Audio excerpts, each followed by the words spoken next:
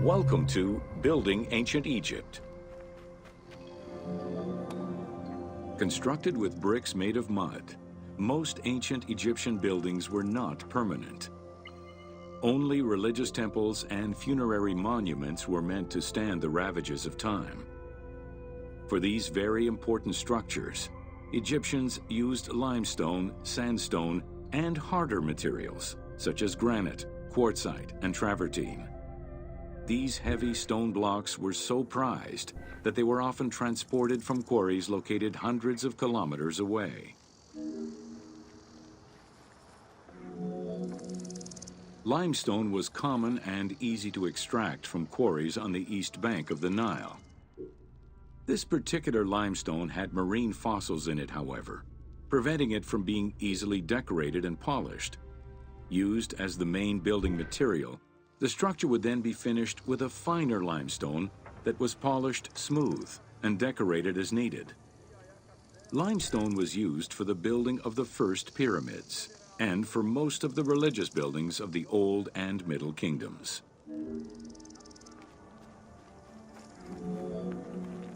Ancient Egyptians preferred to use sedimentary rock beds or layers like sandstone and limestone because they were often easier to extract. The common method used to extract stone was the open pit quarry. Stonecutters would find quality stone, shape, and dig it out on site. Open pit quarries enabled many workers to work simultaneously on many blocks, which allowed for better productivity. Workers would draw a large grid directly on the stone's surface, taking care to leave a space between the blocks. This allowed them to isolate the different blocks and create a trench that would make the extraction easier. Stoneworkers used iron chisels for hard rock and bronze or copper tools for softer rocks such as limestone. Removing material between each block created a trench line. In some quarries, that trench was wide enough to accommodate a worker, who would then cut the block entirely on site. For harder rocks like granite, workers cut a series of holes and hammered wooden wedges into them. They then soaked the wood until it swelled and caused the rock to split.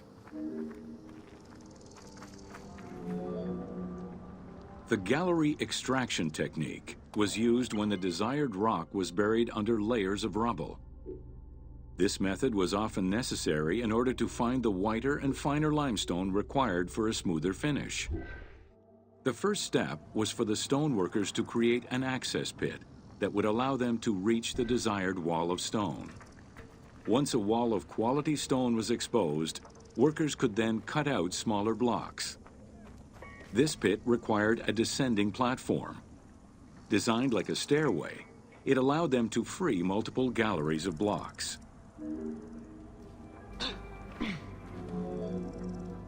To cut the stone, they created a longitudinal kerf, or slit, and then cut the rock at a 90-degree angle.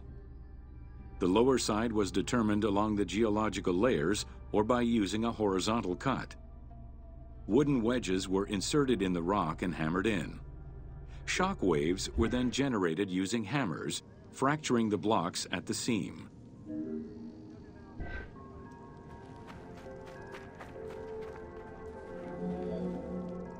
To maintain the stability of these mining pits over the course of quarrying, workers would leave support sections of unexcavated rock.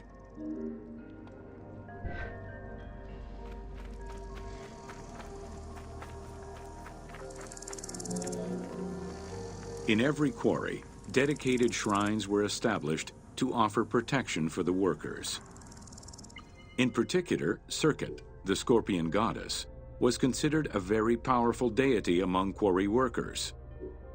Every mine and quarry of ancient Egypt included a scorpion charmer, who was said to use magical powers to ward off the dangerous insects and keep the workers safe.